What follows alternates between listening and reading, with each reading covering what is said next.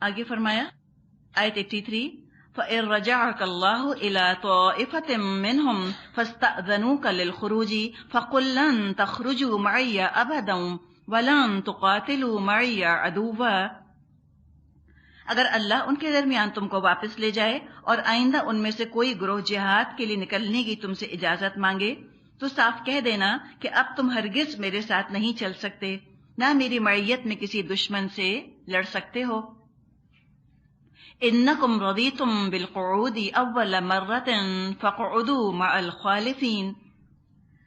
تم نے پہلے بیٹھ رہنے کو پسند کیا تھا، اب تم گھر بیٹھ رہنے والوں ہی کے ساتھ بیٹھے رہو، خالفین کے ساتھ تم بھی بیٹھے رہو۔ اب یہ آیت جو نازل ہوئی اور آگے والی آیات یہ نازل ہوئیں تبوک سے واپسی پر۔ جب نبی اکرم صلی اللہ علیہ وسلم اتنے خطرناک سفر سے خیر اور عافیت کے ساتھ واپس آ گئے تو یہ کوئی آخری جنگ تو نہیں تھی، آگے بھی جنگیں ہونی تھی۔ منافق ان غزوات میں، ان جنگوں میں شرکت کرنا چاہتے تھے جس میں کہ بغیر قربانی کے بہت سا فائدہ حاصل ہونے کی امید ہو۔ تو کہہ دیا گیا کہ جب اتنے مشکل موقع پر انہوں نے ساتھ نہیں دیا تو اے نبی صلی اللہ علیہ وسلم ان سے کہہ دیجئے کہ آئندہ تم میرے ساتھ ہرگز نہیں جنگ کے لیے نکلو گے۔ رومن لیجنز کی شہرت تو وہ جانتے تھے، اس سے وہ خوفزدہ تھے۔ وہ جانتے تھے کہ تبوک کے سفر میں تو مال غنیمت ملنے کا کوئی سوال ہی پیدا نہیں ہوتا، تو صاف دامن بچا لیا۔ آئندہ مال غنیمت کی لالچ میں ہی نکلنا چاہ رہے تھے، اللہ کی محبت میں نہیں۔ تو کہہ دیا گیا کہ رہنے دو، تم مت نکلنا، بلکہ تم بیٹھے رہو مع الخالفین، بیٹھنے والوں کے ساتھ۔ اور کون پیچھے بیٹھے تھے؟ جو معذور تھے، جو واقعی مجبور تھے، کوئی لنگڑا تھا، کوئی اندھا تھا یا کوئی بیمار تھا، وہ رہ گئے پیچھے، تو کہا کہ تم ان کے ساتھ بیٹھے رہو۔ آگے فرمایا آیت 84 84 وَلَا تُصَلِّ عَلَىٰ أَحَدٍ مِّنْهُمْ مَاتَ أَبَدًا وَلَا تَقُمْ عَلَىٰ قَبْرِهِ إِنَّهُمْ كَفَرُوا بِاللَّهِ وَرَسُولِهِ وَمَاتُوا وَهُمْ فَاسِقُونَ۔ اور آئندہ ان میں سے جو کوئی مرے اس کی نماز جنازہ بھی آپ ہرگز مت پڑھیے گا، اور نہ کبھی اس کی قبر پر کھڑے ہوئیے گا، کیونکہ انہوں نے اللہ اور اس کے رسول کے ساتھ کفر کیا ہے اور وہ مرے ہیں اس حال میں کہ وہ فاسق تھے۔ آیت 85 وَلَا تُعْجِبْكَ أَمْوَالُهُمْ وَلَا أَوْلَادُهُمْ إِنَّمَا يُرِيدُ اللَّهُ أَن يُعَذِّبَهُمْ بِهَا فِي الدُّنْيَا وَتَزْهَقَ أَنفُسُهُمْ وَهُمْ كَافِرُونَ۔ ان کی مالداری اور ان کی اولاد تم کو دھوکے میں نہ ڈالے، اللہ نے تو ارادہ کر لیا ہے کہ اس مال اور اولاد کے ذریعے سے ان کو اسی دنیا میں سزا دے اور ان کی جانیں اس حال میں نکلیں کہ وہ کافر ہوں۔ اس آیت کی شان نزول آتی ہے، صحیح مسلم میں روایت موجود ہے کہ تبوک سے واپس آ کر عبداللہ بن ابی رئیس المنافقین کا انتقال ہو گیا۔ عبداللہ بن عمر رضی اللہ عنہما سے روایت ہے کہ جب عبداللہ بن ابی کا انتقال ہو گیا تو اس کے بیٹے حضرت عبداللہ رضی اللہ عنہ جو مخلص مسلمان تھے، نبی اکرم صلی اللہ علیہ وسلم کی خدمت میں حاضر ہوئے اور درخواست کی کہ آپ اپنی قمیض عطا فرمائیے تاکہ میں اپنے باپ کو اس کا کفن دوں۔ آپ نے اپنی قمیض اتار کر اس کو دے دی۔ پھر انہوں نے درخواست کی کہ اس کی نماز جنازہ بھی آپ پڑھا دیجئے۔ یہ بھی نبی اکرم صلی اللہ علیہ وسلم نے درخواست قبول فرما لی۔ اس موقع پر عمر رضی اللہ عنہ نے آپ کا کپڑا پکڑ کر عرض کیا کہ اس کی نماز جنازہ مت پڑھیے، لیکن آپ کے دل میں نرمی تھی، لہذا آپ نے اس کے بیٹے کی درخواست قبول فرما لی۔ جہاں تک اپنا کرتا دینے کا تعلق ہے تو جابر رضی اللہ عنہ سے بخاری میں یہ روایت آتی ہے کہ بدر کے موقع پر جب اللہ کے رسول صلی اللہ علیہ وسلم کے چچا عباس، جو کہ اس وقت تک مسلمان نہیں ہوئے تھے، وہ جب قیدی بن کر آئے تو ان کے جسم پر کرتا نہیں تھا، بہت لمبے چوڑے انسان تھے، عام مسلمانوں کے کرتے ان کو فٹ نہیں آ رہے تھے، تو عبداللہ بن ابی نے اس موقع پر اپنا کرتا عباس رضی اللہ عنہ کو دیا تھا۔ ایک طرح کا احسان تھا نبی اکرم صلی اللہ علیہ وسلم پر۔ تو کچھ لوگ کہتے ہیں کہ آپ نے اس کا یہ احسان اتارا، اور اپنا کرتا اس کو دے دیا۔ آپ صلی اللہ علیہ وسلم کے کرتے ہی میں اس کو کفنایا گیا، لیکن آپ نے ساتھ ہی یہ بھی فرما دیا کہ میرا کرتا اس کو اللہ کے عذاب سے نہیں بچا سکتا۔ ہم نے پہلے بھی پڑھا تھا کہ اللہ تعالیٰ نے کہا تھا استغفر لہم او لا تستغفر لہم، اے نبی صلی اللہ علیہ وسلم آپ ان کے لیے استغفار کریں یا نہ کریں، آپ 70 دفعہ بھی ان کے لیے استغفار کریں گے تو ہرگز اللہ ان کو نہیں بخشے گا۔ صحیح بخاری میں حدیث ہے، نبی اکرم صلی اللہ علیہ وسلم نے فرمایا کہ اگر مجھے معلوم ہوتا کہ 70 مرتبہ سے زیادہ دعائیں مغفرت کرنے سے اس کی مغفرت ہو جائے گی تو میں یہ بھی کرتا، لیکن 70 کا مراد ہے کتنی بھی دفعہ استغفار کریں اللہ نہیں بخشے گا۔ تو یہاں روک دیا گیا کہ آپ آئندہ نہ آپ ان کی نماز جنازہ پڑھیں گے اور نہ آپ ان کی قبر پر کھڑے ہوں گے۔ اب آپ دیکھیں جہاں تک کہ کفن کا تعلق ہے، ہمارے ہاں مختلف قسم کے رواج پائے جاتے ہیں کفن کے بارے میں۔ کچھ لوگ جب جاتے ہیں عمرے کے لیے یا حج کے لیے تو آب زمزم سے کفن دھو کر لے آتے ہیں، یا خانہ کعبہ کے غلاف سے کوئی برکت لینے کی کوشش کرتے ہیں، ہوتا ہے نا؟ تو دیکھیں جب نبی اکرم صلی اللہ علیہ وسلم کا کرتا جو آپ کے جسم مبارک سے لگتا تھا، جب وہ نہیں بچا سکا کسی کو عذاب قبر سے، تو آج اگر زمزم میں کفن دھو لیا تو کیا وہ قبر کے عذاب سے یا جہنم کے عذاب سے بچائے گا؟ کیا ہم یہ سمجھتے ہیں کوئی چیز ایسی فائر پروف قسم کی چیز ہے کہ جو ہم کو جہنم کے عذاب سے بچا لے؟ کیا زمزم جو ہے وہ فائر پروفنگ کر دے گا ہماری جہنم کی آگ سے؟ زمزم نہیں کر سکتا۔ اعمال اور اللہ کی رحمت، بس اللہ کی بخشش مغفرت مانگے انسان اللہ سے اور اللہ کے غضب کو نہ بھڑکائے۔ یہ تو عجیب بات ہے کہ پہلے اپنے گناہوں سے، اپنی نافرمانیوں سے، اپنی کاہلی اور دنیا پرستی سے جہنم کی آگ بھڑکا دے، اور اس کے بعد اپنے کفن کو زمزم میں دھو کر کفن پہن لے اور سوچے دوزخ کی آگ مجھ تک نہیں پہنچنے دیں گی، زمزم بچا لے گا مجھ کو ان تمام چیزوں سے۔ کیسے ہو سکتا ہے؟ تو یہ ہمارے مختلف جو رواج پائے جاتے ہیں کوئی ان کی اصل نہیں۔ اصل جو انسان کو کرنا ہے جہنم کی آگ سے بچنے کی کوشش جب تک زندہ ہے جب تک کرے۔ اپنے کفن پر بھروسہ نہ کرے کہ میرا کفن مجھے بچا لے گا، کفن کسی کو نہیں بچاتا جہنم کے عذاب سے یا قبر کے عذاب سے، اپنی نیکیاں بچاتی ہیں۔ وہ کون سی نیکیاں؟ جن کو اللہ قبول کر لے اپنی رحمت سے۔ تو نیکیوں کی فکر کرے، اس کے لیے جہاد کرے اور اللہ سے مغفرت کرے تاکہ خطاؤں سے اللہ تعالیٰ درگزر فرما دے۔ اب جو جہنم کا ذکر ہم پڑھتے ہیں قرآن میں جگہ جگہ آتا ہے، اس قدر وہ خوفناک جگہ ہے جہنم کہ اپنے بدترین دشمن کے لیے بھی انسان چاہ نہیں سکتا کہ وہ جہنم میں جائے۔ لیکن ہمارے چاہنے یا نہ چاہنے سے کیا ہوتا ہے؟ جو اللہ کا فیصلہ ہے وہ اللہ کا فیصلہ ہے۔ تو فرمایا کہ اللہ تو ان کو عذاب دے گا، ان کے اموال، ان کی اولاد کے ذریعے۔ یہ اتنا اپنا مال بچا بچا کے رکھتے ہیں، اپنی اولاد کے لیے کما کما کے جمع کرتے ہیں، انہیں کوئی سکون، کوئی آرام نہیں ملے گا اس مال سے اور اس اولاد سے۔ اس مال کی، اس اولاد کی فکر ان کو مزید ذہنی عذاب اور ذہنی کوفت کے اندر مبتلا رکھے گی۔ تو اللہ تو ارادہ کرتا ہے کہ انہی کے ذریعے سے ان کو دنیا میں عذاب دے اور ان کی جانیں اسی فکر میں نکل جائیں اور وہ کافر ہی ہوں، دنیا کے گھر سجاتے سنوارتے بناتے اتنے مصروف ہو جائیں کبھی خیال بھی نہ آئے کہ جنت بھی حاصل کرنے کی، کمانے کی، خریدنے کی چیز ہے۔ آگے فرمایا آیت 86، وَإِذَا أُنزِلَتْ سُورَةٌ أَنْ آمِنُوا بِاللَّهِ وَجَاهِدُوا مَعَ رَسُولِهِ اسْتَأْذَنَكَ أُولُو الطَّوْلِ مِنْهُمْ وَقَالُوا ذَرْنَا نَكُن مَعَ الْقَاعِدِينَ۔ جب کبھی کوئی صورت اس مضمون کی نازل ہوئی کہ اللہ کو مانو اور اس کے رسول کے ساتھ مل کر جہاد کرو، تو تم نے دیکھا کہ جو لوگ ان میں سے صاحب حیثیت تھے وہی تم سے درخواست کرنے لگے کہ انہیں جہاد کی شرکت سے معاف رکھا جائے، اور انہوں نے کہا ہمیں چھوڑ دیجئے، ہم بیٹھنے والوں کے ساتھ رہیں، مع القاعدین، ہم بیٹھنے والوں کے ساتھ بیٹھ جائیں۔ اولو الطول کا ذکر کیا گیا۔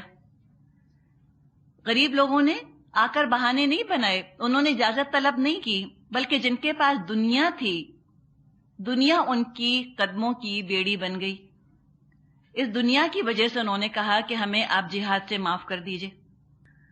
اور ہوتا بھی یہ ہے کہ پیسے والے لوگ اکثر دین کو چھوڑ دیتے ہیں، وہی اپنے دین کے لیے نکلنا نہیں چاہتے، اکثر و بیشتر اپنے گھر کی مصروفیات یا اپنے گھر کا کمفرٹ اور آرام. ایک غریب ہے، اس کے تو اپنے گھر میں بھی پنکھا نہیں، اس کے لیے گرمی کوئی چیز نہیں. لیکن جو پیسے والے ہیں، جن کے گھروں میں کنڈیشنرز لگے ہوئے ہیں، ان کے لیے اپنے گھروں سے نکلنا اور اپنی جان کو مشقت میں ڈالنا یہ بڑا بھاری گزرتا ہے. ان کے اپنے اپوائنٹمنٹس، ان کی اپنی مصروفیات اور طرح کی ہیں، ان کی اپنی سوشل لائف ہے جو ان کو نبھانی ہے. تو آج بھی آپ دیکھیں صورتحال یہی ہے کہ اکثر پیسے والے ہی کہہ دیتے ہیں کہ نہیں، ہم سے یہ کام نہیں ہوتے، اور کم پیسے والے لوگ پھر بھی آگے آ جاتے ہیں، قربانی دینے کو تیار ہو جاتے ہیں، اس لیے کہ مشکلات اٹھانا ویسے بھی ان کی زندگیوں کا حصہ ہوتا ہے. ان کو اتنی مشکل نہیں لگتی، دین کے راستے میں جہاد کرنا اتنا بھاری نہیں پڑتا. تو جب پیسے والے اپنا دامن چراتے ہیں، جو کہ کر سکتے ہیں، گھر میں ٹرانسپورٹ ہے، گھر میں گاڑی کھڑی ہے، گھر میں نوکر لگے ہیں، کام سارا ہو رہا ہے، صفائی والی ہے، کچن میں کھانا پکانے والی ہے، صحت ہے، فرصت ہے، کیا وجہ ہے جو نہیں نکل سکتے؟ کیا ریزن ہے جو نہیں نکل سکتے بتائیے؟ اور اس میں اپنے آپ کو بچانا کہ کم سے کم وقت ہمیں لگانا پڑے، منیمم ٹائم ہمیں لگانا پڑے. کوئی چھوٹی سی مجبوری، کوئی کسی کی چڑھی ہوئی تیوری، کوئی ذرا سی کسی کی بات، بس اس کے اوپر ہی ہم اپنے گھروں میں بیٹھ جاتے ہیں. تو یہ فرمایا کہ دیکھو اولو الطول ہیں جو ان میں سے اجازت مانگتے ہیں، اور وہ کہتے ہیں ہمیں چھوڑ دیجئے، بس ہم گھر بیٹھ رہنے والوں کے ساتھ بیٹھے رہیں. آیت 87 رضوا بأن يكونوا مع الخوالف وطبع على قلوبهم فهم لا يفقهون. ان لوگوں نے گھر بیٹھنے والیوں میں شامل ہونا پسند کیا اور ان کے دلوں پر ٹھپا لگا دیا گیا، اس لیے ان کی سمجھ میں اب کچھ نہیں آتا. خوالف خالفتن کی جمع ہے، جیسے قاعدین مذکر کے لیے آیا اور خالفین مذکر کے لیے آیا. پیچھے بیٹھنے والے، خالف بیٹھنے والا اور خالفتن بیٹھنے والی. اپنے نقصان کا بھی ان کو احساس نہیں، یہ راضی ہیں، یہ خوش ہیں، یہ مطمئن ہیں کہ ہاں بہت اچھا ہوا جو ہم نے اپنے آپ کو ایکسکیوز کر لیا، ہم نے اپنی جان چھڑا لی. تو یہ خوش ہیں اپنے گھر بیٹھنے پر. لیکن کچھ اور لوگ ہیں، ان کا ذکر فرمایا آیت 88 لیکن الرسول والذین آمنوا معه جاہدوا باموالہم وانفسہم واولئک لہم الخیرات واولئک هم المفلحون. بخلاف اس کے رسول صلی اللہ علیہ وسلم نے اور ان لوگوں نے جو رسول کے ساتھ ایمان لائے تھے اپنی جان اور مال سے جہاد کیا، اور اب ساری بھلائیاں انہی کے لیے ہیں اور وہی فلاح پانے والے ہیں. اوپر بھی آپ نے دیکھا آیت 86 میں کہ جو کہا کہ ان آمنوا باللہ، کہ تم ایمان لاؤ اللہ پر. اس کا اظہار کیسے ہوگا؟ وجاہدوا مع رسولہ، اور تم جہاد کرو رسول صلی اللہ علیہ وسلم کے ساتھ. ایمان تو دل میں ہوتا ہے نا، نظر تو نہیں آتا. نظر تو جہاد آتا ہے، نظر تو کوشش آتی ہے، اسٹرگل نظر آتی ہے. تو واقعی اگر تمہارا ایمان کا دعویٰ سچا ہے تو تم جہاد کرو گے، تم جہاد سے جان نہیں چھڑاؤ گے، تم جان نہیں بچاؤ گے. اور حقیقت ہے کہ اللہ نے 24 گھنٹے جو ہم کو دیے ہیں اس میں ہر چیز کا وقت ہے. خاندان والوں کے لیے بھی وقت نکل آتا ہے، سونے کے لیے بھی وقت نکل آتا ہے، کھانے پینے کا وقت بھی نکل آتا ہے، رشتہ داروں کا حق ادا کرنے کا وقت بھی نکل آتا ہے، اور جہاد کا بھی حق انسان ادا کر سکتا ہے چاہے تو. نیت ہو نا، اگر جان بچانے کی نیت نہ ہو اور جان لگانے کی نیت ہو، اللہ تعالیٰ آپ دیکھیے کیسی برکت دیتا ہے. آپ خود تو ارادہ کریں، خود تو فیصلہ کریں، اور تمام انسانوں کے دل پر اللہ کی 2 انگلیوں کے درمیان ہے. جس کو چاہے گا اللہ راضی کر دے گا، اور لوگوں کو راضی کرنا بھی تو جہاد ہے. یہ جہاد نہیں کہ لوگوں کو راضی کرنے کی کوشش کی جائے کہ ہمیں جہاد کرنے دو، یہ تو خود جہاد ہے بہت بڑا. تو بجائے انسان فرار کا سوچے یا جان بچانے کا سوچے، اجازت نہ ملنے کا غم پالے یا خوش ہو اس بات پر کہ اجازت نہیں ملی، اجازت حاصل کرنے کی کوشش کرے کہ اس طرح گھر کا روٹین، گھر کا اسکیڈول بنایا جائے کہ اجازت ملنا مشکل نہ ہو، دشواری اس میں پیش نہ آئے. تو یہ بات یہاں پر کی گئی کہ جو ایمان لائے تھے اللہ پر اور اللہ کے رسول پر، وہ تو جہاد کرتے ہیں اپنی جانوں سے اور اپنے مالوں سے، اور انہی کے لیے ساری بھلائیاں ہیں. منافق اس لیے جہاد کے لیے نکلنا نہیں چاہتا، وہ یہ سمجھتا ہے کہ دنیا کی بھلائی میرے ہاتھ سے چلی جائے گی، لیکن حقیقت ہے کہ اللہ جس کو دینا چاہے اسے کوئی روک تھوڑی سکتا ہے۔ جس کو جو بھلائی دنیا میں دینا چاہے اللہ اس تک پہنچ جاتی ہے، چاہے اس نے ہاتھ نہ ہلایا ہو اس کے لیے۔ جو جہاد کرنے والے ہیں ان کے بھی گھر بس رہے ہیں، وہ بھی کھا پی رہے ہیں، وہ بھی خوش ہیں، ان کے بچے بھی پڑھ رہے ہیں، ان کے بچوں کی شادیاں بھی ہو رہی ہیں، کیا نہیں ہو رہا بتائیے؟ سب کچھ ہو رہا ہے نا۔ ان سے بھی لوگ راضی ہیں، ان سے بھی کچھ لوگ ناراض ہیں، اور ہم سب کے ساتھ یہ معاملہ ہے، کوئی مجاہد ہو یا نہ ہو۔ کوئی یہ دعویٰ نہیں کر سکتا کہ میں مجاہد نہیں ہوں تو ساری دنیا مجھ سے راضی ہو گئی، تب بھی کوئی نہ کوئی تو ناراض ہوگا ہی ایسے انسان سے بھی۔ اور منافقوں کے ساتھ تو مسئلہ یہ ہے کہ منافقوں سے لوگ زیادہ ہی ناراض ہوتے ہیں۔ جو اللہ کے ساتھ اپنا معاملہ سچا نہیں رکھتا، جو اللہ کو دھوکہ دیتا ہے نا، جو اللہ کا وفادار نہیں ہوتا، تو دنیا میں بھی لوگ اس کو بہت دھوکہ دیتے ہیں۔ دنیا میں بھی لوگ وفاداری کا مظاہرہ نہیں کرتے اس کے ساتھ۔ انسان اپنا معاملہ اللہ سے پکا سچا خالص کر لے تو اللہ تعالیٰ نے تو وعدہ فرمایا ہے کہ وَأُولَئِكَ لَهُمُ الْخَيْرَاتُ، یہی لوگ ہیں جن کے لیے ساری بھلائیاں ہیں۔ وَأُولَئِكَ هُمُ الْمُفْلِحُونَ، یہی تو ہیں فلاح پانے والے۔ آگے فرمایا آیت 89، اعد اللہ لہم جنات تجری من تحتها الانہار خالدین فیہا ذالک الفوز العظیم، ہیں جن کے نیچے نہریں بہ رہی ہیں، ان میں وہ ہمیشہ رہیں گے، یہ ہے عظیم الشان کامیابی۔ اللہ نے بہت خوبصورت وعدے کیے مجاہدوں سے، تو یاد رکھیے کہ اللہ کے وعدے مسلمانوں سے نہیں ہیں، نام کا مسلمان اس سے نہیں ہے۔ ہم نے یہ سمجھا جب بھی ہم جنت کا ذکر پڑھتے ہیں ہم کہتے ہیں ہاں میں مسلمان ہوں نا، جنت میرا حق ہے۔ اللہ کے جو وعدے ہیں وہ مسلمان مجاہد سے ہیں، اللہ کے وعدے مسلمان منافق سے نہیں ہیں۔ اور جو جہاد سے جان چراتا ہے لازماً نفاق میں پڑتا ہے۔ اگر نفاق سے بچنا ہے تو جہاد لازم ہے، جیسے جہاد چھوڑیں گے فوراً نفاق آنا شروع ہو جائے گا۔ آیت نمبر 90۔ اب یہاں سے جو بات ہے اس کا رخ تھوڑا سا مختلف ہو رہا ہے۔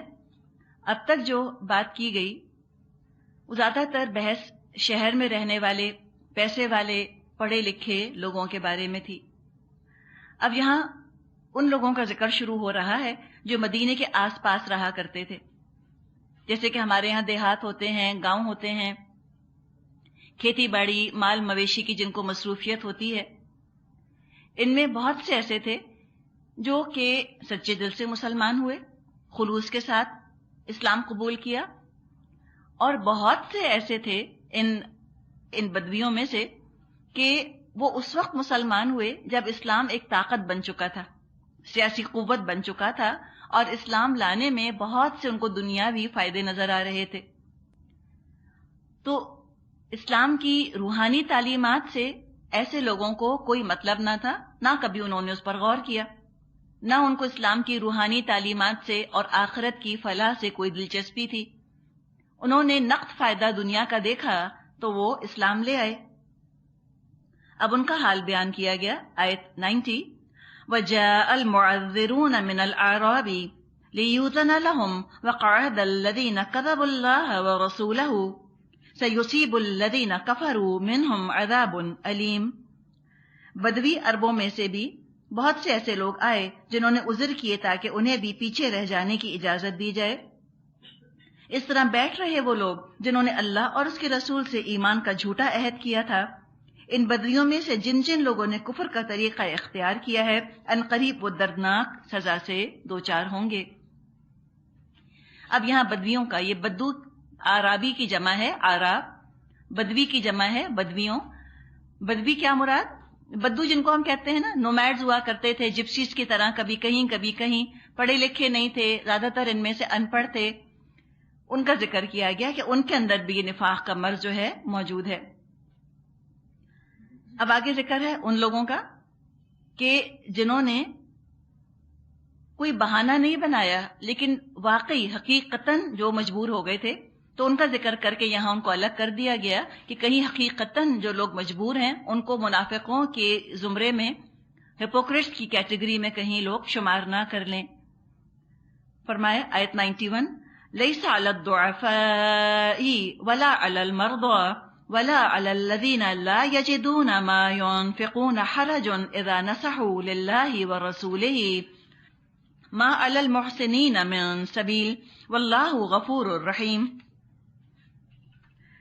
ضعیف اور بیمار لوگ اور وہ لوگ جو شرکت جہاد کے لیے راہ نہیں پاتے، اگر پیچھے رہ جائیں تو کوئی حرج نہیں، جبکہ وہ خلوص دل کے ساتھ اللہ اور اس کے رسول کے وفادار ہوں۔ ایسے محسنین پر اعتراض کی کوئی گنجائش نہیں ہے، اور اللہ درگزر کرنے والا اور رحم فرمانے والا ہے۔ تو یہاں ہم دیکھ رہے ہیں کہ جہاد پر نہ نکلنے والوں کی کیٹیگریز تھیں۔ کچھ لوگ جو صرف سستی کی وجہ سے نہ نکلے تھے، مخلص مومن، بس سستی ہو گئی، لتھارجی کی وجہ سے نہیں نکلے، ان کا ذکر ہم آگے پڑھیں گے۔ کچھ پکے منافق، کٹر منافق، ہارڈنڈ ہپوکریٹس، جو جھوٹے بہانے بنا کر اپنے گھروں میں بیٹھے رہے۔ کچھ ایسے سرکش تھے کہ اجازت لینے کی بھی ضرورت محسوس نہ کی انہوں نے۔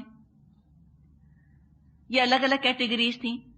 یہاں جس کیٹیگری کا ذکر ہے آیت نمبر 91 اور 92 میں، یہ ان لوگوں کا ہے کہ جو معذور تھے، جسمانی طور پہ یا مالی طور پہ، فزیکلی ہینڈی کیپ تھے یا فائنینشلی ہینڈی کیپ لوگ جو تھے، اب وہ شرکت نہ کر سکے۔ بوڑھے تھے، بیمار تھے یا اندھے تھے۔ کچھ ایسے تھے کہ جہاد کے لیے بے قرار تھے، لیکن غربت کی وجہ سے، ناداری کی وجہ سے خود سواری کا انتظام نہ کر سکتے تھے۔ تو یہاں بھی آپ پھر دیکھیے کہ کن غریبوں کو ایگزمپٹ کیا گیا، کہ جو آئے، جو چاہ رہے تھے جہاد کرنا، لیکن سامان نہ ہونے کی وجہ سے وہ نہ کر سکے، تو آٹومیٹکلی ان لوگوں کا بھی ذکر ایک طرح سے ہو گیا کہ جن کو اس بات نے تکلیف بھی نہ پہنچائی کہ ہم نکل نہیں سک رہے جہاد کے لیے، جنہوں نے سوچا چلو اچھا ہوا غریب ہے، چلو اچھا ہوا سواری نہیں ہے، سواری ہوتی تو نکلنا پڑتا۔ سمجھ آئی آپ کو بات؟ فرق ہو گیا نا؟ دو غریب ہیں، دونوں کے پاس سواری نہیں، ایک کو غم پڑ گیا اس بات کا، اس کا دل تڑپ کے رہ گیا کہ کاش میرے پاس سواری ہوتی تو میں نکلتا۔ دوسرا اس نے کہا شکر سواری نہیں ہے، بچ گیا۔ تو یہ اللہ جانتا ہے نیتوں کا حال۔ اتنا زبردست مسلمانوں نے تبوک کے موقع پر انفاق کیا تھا، لیکن اس کے باوجود سارے لشکر کے لیے سامان فراہم نہ ہو سکا۔ نبی اکرم صلی اللہ علیہ وسلم بھی ان کے لیے کوئی بندوبست نہ کر سکے۔ تو یہ تو ظاہری حالت تھی جس کی وجہ سے وہ قابل معافی تھے، یعنی دنیا میں وہ ایکسکیوز کر دیے گئے۔ تو دنیا میں عذر قبول ہونا اور بات ہے، اور قیامت کے دن اللہ کے سامنے وہ عذر قبول ہو جانا اور بات ہے۔ تو یاد رکھیں، ہم جب کوئی عذر بنائیں اس کو جانچنے کا طریقہ کہ یہ جنون ہے یا نہیں، یہ ہے کہ سوچیں کہ اللہ کے سامنے کیا ہم یہ عذر پیش کر سکیں گے، کیا اللہ قبول کرے گا، کیا ویلیڈیٹی ہوگی اللہ کی نظر میں اس ایکسکیوز کی۔ تو ظاہری طور پہ تو دو لنگڑے یا دو اندھے یہ تو برابر تھے، دونوں قابل معافی تھے جہاد سے۔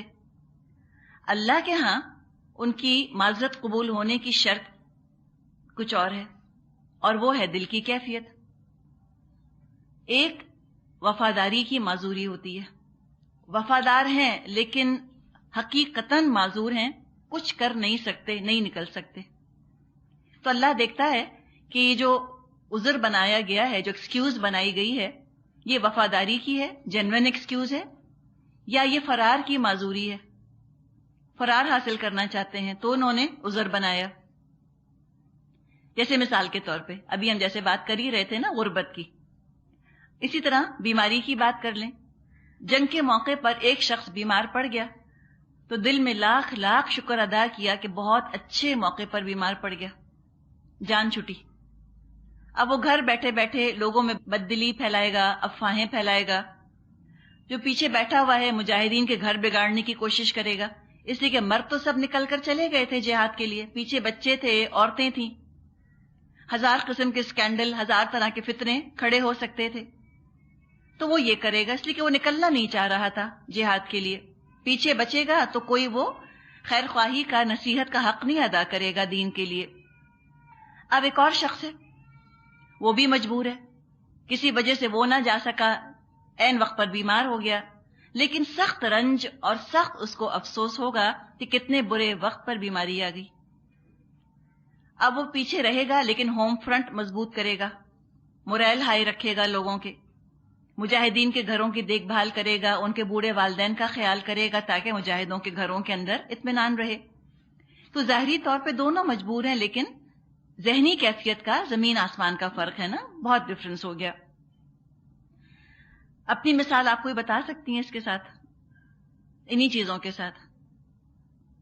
رمضان ہے جیسے، ٹھیک ہے، اب رمضان ہے، رمضان میں کوئی بیمار پڑ گیا، ایک کو تو سخت افسوس ہوگا کہ رمضان میں آخر مجھے بخار کیوں ہوا، میرا روزہ چلا گیا. غم، رونا دھونا بعض لوگ شروع کر دیتے ہیں، اتنا ان کو افسوس ہوتا ہے رمضان میں اگر بیماری آ جائے یا کوئی اور مجبوری پیش آ جائے جس میں کہ روزہ چھوڑنا پڑے. ایک دوسرا شخص ہے، اس کو ویسے ہی نہیں روزے رکھنے کا شوق، بیماری آئی، اس نے کہا شکر، چھٹی، اب روزے ہی نہیں رکھنے. تو یہ فرق ہو گیا نا کیفیت کا. تو اللہ پھر یہ بات فرما رہا ہے کہ اللہ جانتا ہے کون دل میں خیر خواہی رکھتا ہے، کس کے دل میں جذبہ ہے نیکی کرنے کا، لیکن مجبوری کی وجہ سے وہ پابند ہو گیا، رک گیا. آگے فرمایا آیت 92، وَلَا عَلَى الَّذِينَ إِذَا مَا أَتَوْكَ لِتَحْمِلَهُمْ قُلْتَ لَا أَجِدُ مَا أَحْمِلُكُمْ عَلَيْهِ تَوَلَّوْا وَأَعْيُنُهُمْ تَفِيضُ مِنَ الدَّمْعِ حَزَنًا أَلَّا يَجِدُوا مَا يُنْفِقُونَ. اسی طرح ان لوگوں پر بھی کوئی اعتراض کا موقع نہیں ہے جنہوں نے خود آ کر تم سے درخواست کی تھی کہ ہمارے لیے سواریاں بہم پہنچائی جائیں، اور جب تم نے کہا میں تمہارے لیے سواریوں کا انتظام نہیں کر سکتا تو مجبوراً واپس ہو گئے، اور حال یہ تھا کہ ان کی آنکھوں سے آنسو جاری تھے اور انہیں اس بات کا بڑا رنج تھا کہ وہ اپنے خرچ پر شریک جہاد ہونے کی قدرت نہیں رکھتے.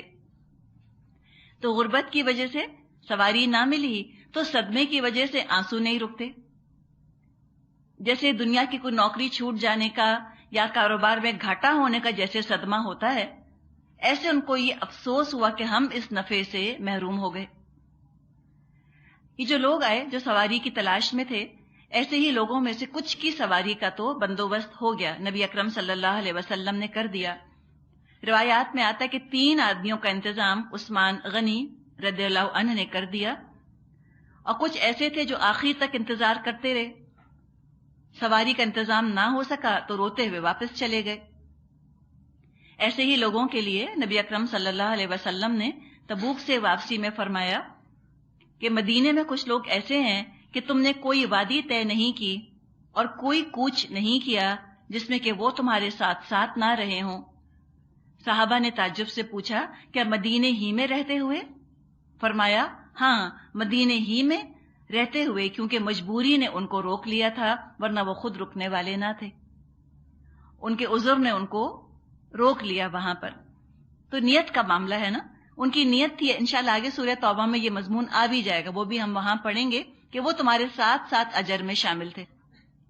تو پتہ یہ چلا کہ کوئی اللہ کی راہ میں نکلنا چاہتا ہو لیکن دولت نہیں ہو یا صحت نہ ہو یا صلاحیت نہ ہو، اور وہ سوچے میرے پاس اگر یہ فلاں چیز ہوتی تو میں بھی اس سے اسلام کی خدمت کرتی، میں بھی اس کو اللہ کی راہ میں لگاتی، تو اللہ اس کی خواہش کے مطابق اس کو صلہ دے گا، اس کی خواہش کے مطابق اللہ اجر دے گا.